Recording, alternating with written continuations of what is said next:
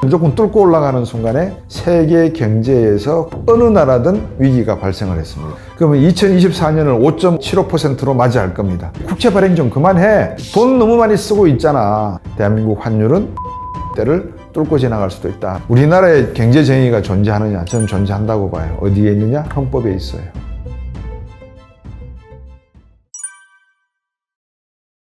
전 세계적으로 대불황이나 대공황이 13번 일어났는데 그 대불황과 대공황의 해결법은 전쟁이었다. 그렇게 이야기를 해요. 제럴 다이몬드의 총균세를 읽으셨는지 모르겠지만 총은 전쟁이고요. 균은 질병입니다. 쇠는 기술이고요. 그러면 세계 인류 문명 역사의 발달 과정을 보시면 좀 더 자극적인 표현으로 총균세지만 이거를 다른 말로 표현하면 전쟁과 질병과 기술이 인류 문명을 진화시켜 왔다라고 보시면 됩니다. 전쟁과 질병은 사람의 목숨을 앗아가지만 거기에 대한 반작용으로 백신이 개발이 되고 평화라는 것의 중요성도 알게 되는 거지 않습니까? 그러니까 해결의 변증법처럼 정반합, 작용이 있으면 반작용이 있고, 그래서 어느 정도의 결론이 맺어지면 다시 이 하나의 결론이 몇 년이 지나고 나면 구체제가 되니까 새로운 노말을 향해서 나가는 과정에서 빅뱅이 일어날 수밖에 없고 터지는 거죠. 그러니까 지구의 생명이 50억 년이다. 그럼 앞으로도 한 30억 년이 더 있으면 지구도 터진다. 이건 당연한 이치라고 저는 봐요. 어떠한 것도 영원히 존재할 수도 없고 또 영원히 존재하는 것도 영원히 죽지 않는다는 저는 그런 개념에 대해서 동의를 하는 입장이거든요.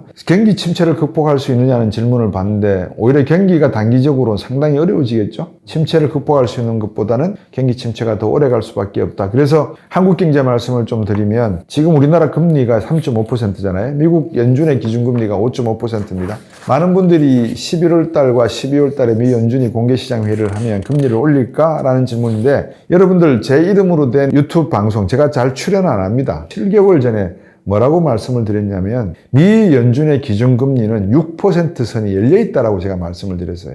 근데 7개월 전에 그런 말씀 드리면 댓글에 어떤 글이 달리는지 아시죠? 지금 연준이 5.5%인데 11월 달에 한 번 더 올릴 겁니다. 0.25%포인트. 그러면 5.75%포인트가 됩니다. 미국 내에서 매파들은 7%까지 이야기를 합니다. 근데 저는 6%가 마지노선이라고 봅니다. 왜? 1975년 브레튼 우드 체제가 붕괴되고 세계의 기축 통화가 달러로 되면서 자유변동 환율 체제로 굳혀지는 과정 속에서 미 연준이 금리가 상승하는 횟수가 한 7번 있었습니다. 7번 있었는데 1985년 프라자 합의 이후로 가장 안정적으로 금리가 올랐던 최고점이 6%입니다. 근데 문제는 이 6%라고 하는 천정을 딱 치는 순간에 20%대도 있었거든요. 그러니까 6%를 무조건 뚫고 올라가는 순간에 세계 경제에서 어느 나라든 위기가 발생을 했습니다. 남미에서 위기가 발생하든 러시아에서 위기가 발생하든 대만에서 일어나든 아시아 외환위기 때 한국이 당했던 것처럼 그런 외환위기가 일어나든 2008년도 서프라임 모기지가 일어나든 어느 나라에서든지 간에 6%를 치고 넘어가는 순간에는 위기가 나타났습니다. 그래서 저는 미 연준이 6%라고 하는 6자, 우리가 악마의 숫자라 그러죠. 666. 그 6%를 아주 민감하게 저는 본다라고 7개월 전에 말씀을 드렸습니다. 경제 전문가로서 여러분들에게 말씀을 드리면 어떠한 내용을 그냥 지나가는 평론하듯이 비평하듯이 이렇게 들으시는 것보다 저 사람이 왜 저런 말을 했을까에 대한 백그라운드를 한번 보시라는 겁니다. 곽수정이라는 사람이 1개월, 6개월, 8개월 전, 1년 전에 나와서 어떤 소리를 하고 갔는지 틀린 이야기를 했는데 그 틀렸다는 것을 인정하지 않고 수정하지 않고 왜 틀렸는지에 대한 교정 없이 그냥 떠든다고 하면 그 사람은 엔터테이너라고 보시면 돼요. 경제하는 사람 아니에요. 한국 경제라는 입장에서 놓고 보면 지금 이스라엘 또 팔레스타인 사태로 인해서 물가가 올라간다 그랬잖아요. 그 물가가 올라가니까 인플레이션이 잡히지 않을 거 아니겠어요. 인플레이션이 잡히지 않고 연말이 되면 소비가 더 늘어나잖아요. 미국은 10월 달부터 연말 쇼핑 기간입니다. 할로윈, 추수감사절, 크리스마스, 신년. 이게 소위 미국의 할러데이예요. 그럼 소비가 늘어날 수밖에 없잖아요. 물론 미리 사놓은 것도 있지만 작년에 사놨을 것도 있을 거예요. 근데 일단 소비를 해요. 그러면 소비가 늘어나니까 물가는 올라가죠. 그러면 기름값도 올라가고 물가도 올라가면 연준이 금리 낮춥시다는 소리가 나올까요? 금리를 올릴 거란 말이에요. 0.25%포인트 더. 그러면 5.75까지 될 거예요. 그러면 2024년을 5.75%로 맞이할 겁니다. 그러면 한국은행이 지금 3.5%인데 만약에 올리지 않고 있다. 한국은행은 우리는 큰일 난다. 왜 큰일 날까요? 가계부채, 기업부채, 국가부채 다 문제잖아요. 금리가 올라가면. 그러면 금리 안 올리면 되지 뭐. 주구장창 우리는 3.5% 유지하고 미국이야 뭐 6% 가든지 말든지 난 몰라 라고 할 수 있겠죠. 만약에 중국과 같이 나라가 크고 내 맘대로 할 수 있는 입장이 된다면. 근데 우리는 그게 안 되잖아요. 그러니까 미국이 만약에 5.75까지 가서 6%를 만지작 그럴 때 우리가 금리를 3.5% 그대로 가져간다 그러면 미국과의 금리 차이가 얼마? 3%, 2.75에서 3% 차이가 난다. 그럼 여러분에게 여쭤볼게요. A라는 은행은 여러분에게 6% 금리를 준대요. B라는 은행은 여러분에게 3.5% 금리를 준대요. 어디다가 돈을 적금하시겠어요? 아주 간단한 질문이죠. 그러면 많은 외국인들이 일시에 돈을 뺄 가능성도 있습니다. 이제 그렇게 되면 이제 외환, 환율의 급변동이 일어나죠. 그래서 2024년은 대한민국 경제가 시험에 빠지는 해다. 그래서 2024년을 넘겨야지만 대한민국은 이제 조금 숨을 쉴 수 있는 여유를 가지고 있다. 많은 분들이 가계부채, 기업부채, 국가부채 막 이런 말씀을 하시고 정부도 재정 건전성이 중요하다라고 이야기하는데 이미 시기적으로 놓쳤습니다. 미국과 일본 경제가 좋죠. 왜 좋을까요? 이렇게 보시면 돼요. 미국은요. 연준이 기준금리를 올리니까 통화 긴축에 들어갔다. 시중에 많이 풀려있는 돈들이 은행으로 하고 있다. 이렇게 보시잖아요. 그게 아니에요. 그렇다 그러면 인플레이션이 진지게 잡혔죠. 왜요? 재정정책, IRA 법안이나 칩스 법안이나 여러 가지 재정정책을 한번 보세요. 바이든 대통령이 쓰고 있는 돈을 푸는 거예요. 그러니까 채무 문제가 발생한 거 아니겠어요? 3개월이 넘었다. 그러니까 공화당에서 자꾸 이렇게 재정 풀면 결국 문제가 되니까 이제 국채 발행 좀 그만해. 돈 너무 많이 쓰고 있잖아. 이런 이야기가 나오는 거예요. 그러니까 한쪽은 돈을 줄이지만 한쪽은 돈을 푸는 거예요. 통화와 재정 정책이 다른 방향으로 가고 있으니까 돈이 줄기는 줄지만 줄어드는 속도가 완만하게 일어나는 거죠. 일본도 마찬가지예요. 돈을 많이 썼어요. 팬데믹 때 돈을 많이 풀었어요. 이제 그런 국가들은 경제가 살아났어요. 살아나고 있어요, 지금. 근데 우리나 중국은 돈을 풀었다, 안 풀었다? 안 풀었죠. 물론 자영업자 중에서 제가 듣기로는 6천만 원 받은 사람도 있고 1,600만 원 받은 사람들도 있대요. 그것도 다 능력이겠죠. 중국 같은 경우에는 받았을까? 중국도 받았겠죠. 근데 중국은 조치의 특징이 뭐예요? 팬데믹 환자, 코로나19가 환자가 나왔다, 한 명이 나왔다. 그러면 어떻게 돼요? 도시 봉쇄. 봉쇄라는 의미는 뭐죠? 경제 활동이 없다. 경제 활동이 없다는 말은 모든 게 저축으로 간다. 저축률 45%. 저축이 있고 소비가 없으니까 부동산의 경기가 떨어졌다. 왜? 소비 중에 하나가 부동산 구매인데 그 소비가 없는 거예요. 자, 이렇게 되니까 중국 경제가 전반적으로 60%가 수출에 의존하고 40%가 국내 소비, 투자에 의존하는데 부동산 경기에 대한 투자가 없어요. 건설 경기가 나쁘니까 건설 투자 약해지고 소비 약해지고 결국은 소비가 하락하니까 중국 경제도 5% 밑으로 떨어지는 상황. 더하기 중국 경제가 부동산 붐을 일으키는 방식이 땅은 국가 땅이니까 지방정부에서 땅을 비구유엔이라든지 홍다 같은 기업들에게 빌려주고 거기에다가 아파트를 짓게 했는데 잘 팔리고 임대가 잘 될 때는 문제가 없었는데 돈이 들어오니 유동성이 돌아가니까 이게 구매자가 없으니까 결국은 정부에서 땅을 받아가지고 PF 금융을 일으켜서 건설했던 비용을 갚아주고 이자를 지불해야 되는데 그거를 못하니까 결국은 지방 자금 조달 기구라고 하죠. LGFB. 다른 말로 하면 그림자 금융에 심각한 문제가 발생. 우리나라의 레고랜드 사태를 생각하시면 돼요. 정부가 발행한 채권을 보증 못 해주겠다고 하니까 채권 가격이 폭락했잖아요. 지방정부가 나 돈 없어. 너들이 잘못한 거야. 그러면 은행은 너희들이 잘못한 거 맞아. 돈 내놔. 돈이 없잖아요. 그럼 은행들도 붕괴.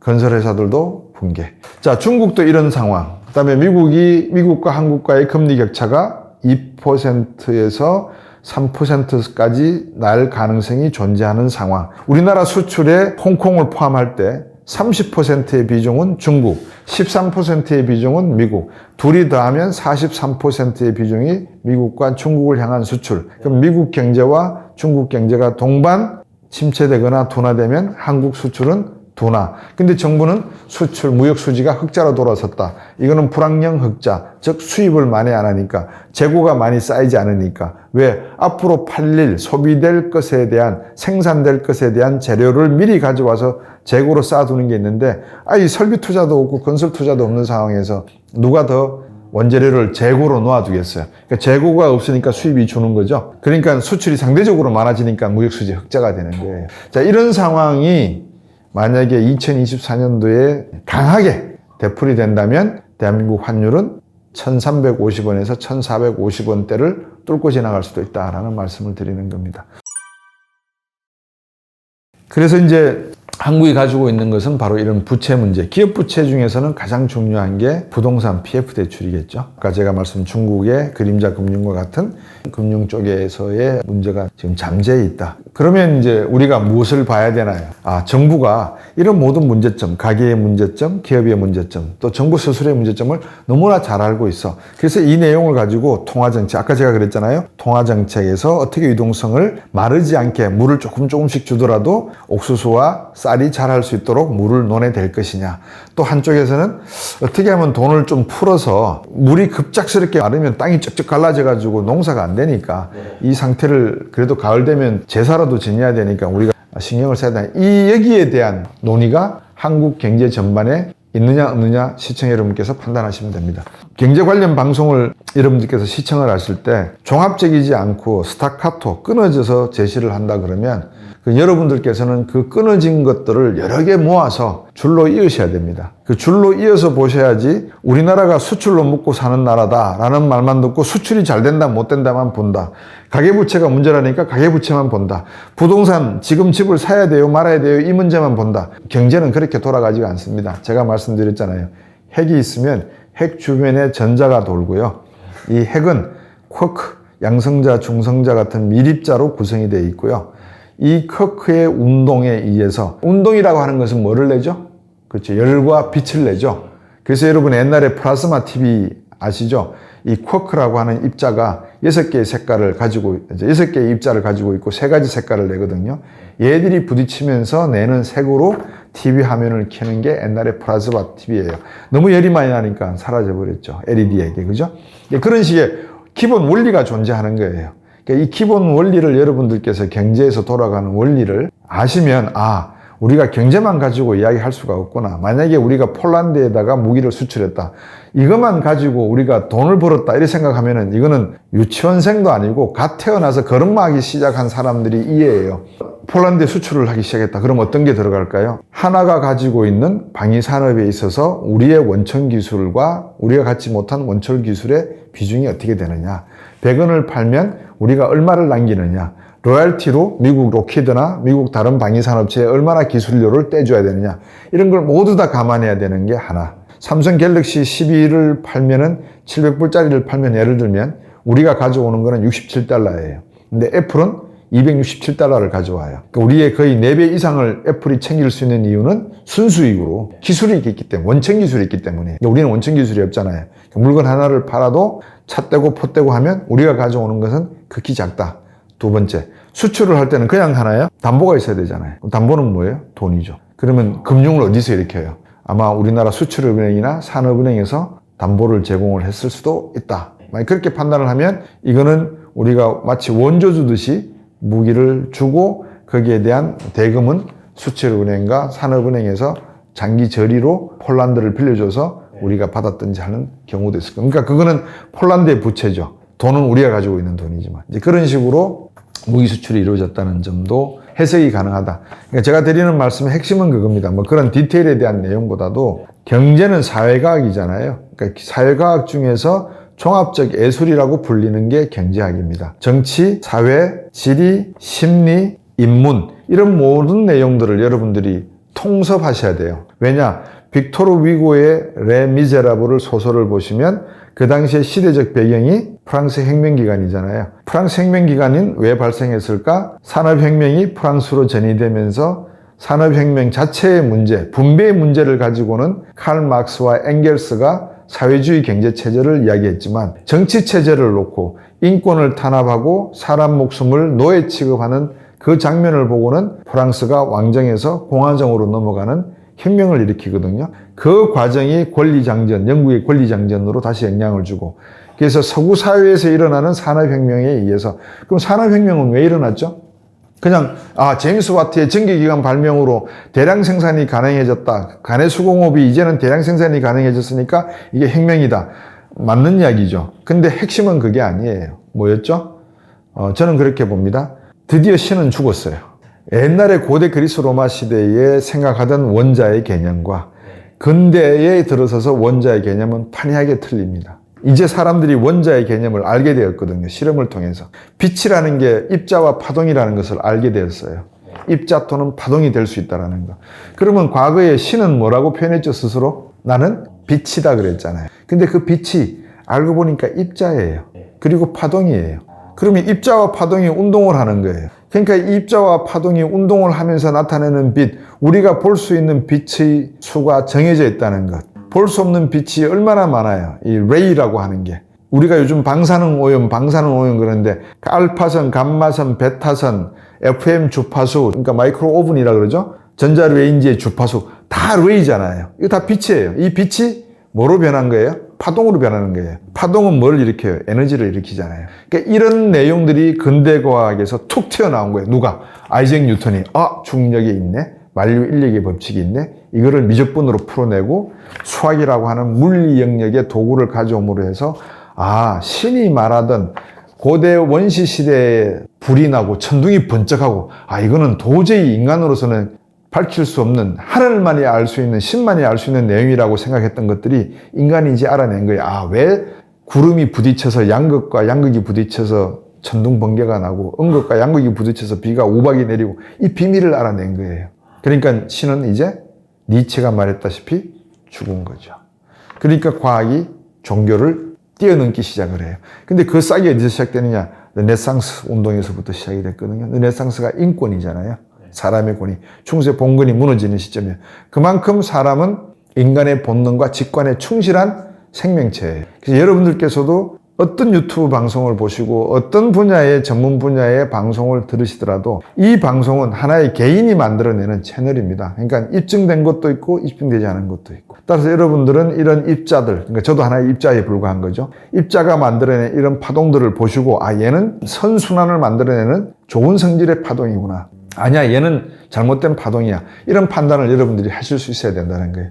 근데 그거를 다 하면은 신이다. 또 이렇게 말씀하시잖아요. 결국은 우리가 많이 경험론적으로, 실증적으로, 실존적으로, 실제적으로, 효율적으로 지식에 대한 내용들을 받아들이고 논의할 줄 알아야 된다. 그렇기 때문에 경제학처럼 한 분야를 딱 자르고 이러니까 너희들이 나빴고 잘못했고 소득주도 성장을 주장했으니까 잘못했고 이런 개념이 아니라는 거예요. 그러니까 소득주도 성장 주장이 참으로 옳고 맞을 수도 있지만 그 시점, 그 시대에 맞지 않았고 잘못된 정책이라는 건 입증이 되었거든요. 많은 경제학자들이 소득주도 성장은 하나의 포퓰리즘적 정치이지 이 맞는 정책이 아니라고 이야기했단 말이에요. 심정적으로 항상 우리는 약자의 편이잖아요. 많은 노동자분들이 어려운 환경에 처해서 최저임금도 못 받고 자기의 신체와 많은 것을 위험에 걸고 일을 하시다가 위해를 당하시고 상처를 받고 또 심지어 돌아가시기까지 하는 이런 상황을 보면 우리가 분노를 참지 못하죠. 이건 정의감이라 그래요.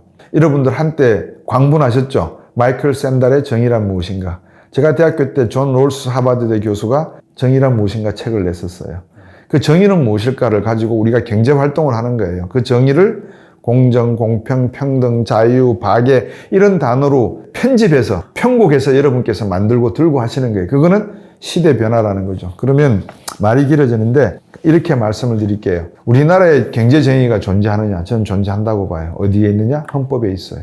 헌법은 대부분의 정의를 표현하고 있습니다. 추상적인 단어를 쓰지만 그러면 헌법에 나타난 정의라는 개념을 놓고 부동산 문제를 한번 들여다보자고요. 한 번도 생각을 못 해보셨죠? 강남에 재건축이 많은 이유가 신도시 개발을 했기 때문에 많은 거고요. 이 많이 나올수록 사업성은 굉장히 좋다. 부동산 시장을 판단하실 때 전세 대출에 대한 정부의 양태를 잘 봐야 돼요. 성실히만 열심히 사는 사람들이 부자가 되기는 어려운 경우가